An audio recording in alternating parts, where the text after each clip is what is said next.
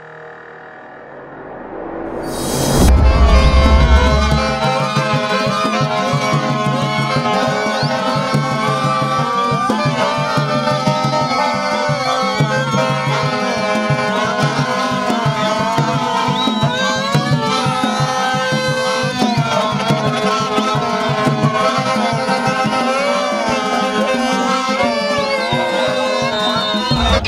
mfano wa kuigwa. Timu ndogo kama hii kuwa na uwanja wake, kuna timu zingine hazina uwanja. Mojawapo ya timu yangu mimi Yanga bado hawana uwanja. Kwa hiyo kwa wao kama wao nadhani wamepiga hatua. Wako clear kupata vitu kama hivi hapo, ujue ni usahihi wa mchezo na ni mafunzo kwa wachezaji wengine, kwa timu zingine. Si ndio?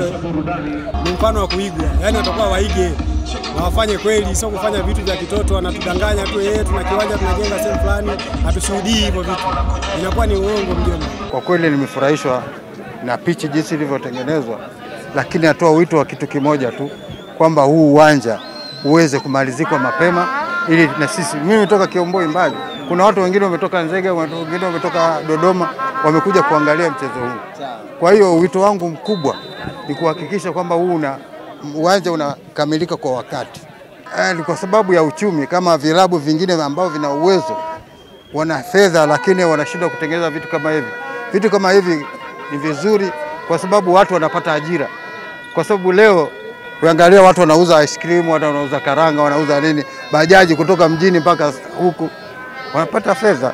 Kwa hiyo inasaidia uchumi wa wananchi kwa ujumla. Kwa leo hii nimefurahi kuzindua hichi kiwanja cha Singida, ila mimi ni mshabiki wa Yanga da Afrika, mwananchi mwenyewe. Naikubali na naipenda sana. Kwa leo naishabikia Yanga yangu kwa sababu ni mshabiki wa kweli, ila Singida naomba tuwe tunajitokeza kwa wingi kwa sababu tuisupport Singida yetu iwe kama Yanga da Afrika. Uwanja mzuri sana. Uwanja mzuri sana, tena nimependa kuziona hizi nyasi.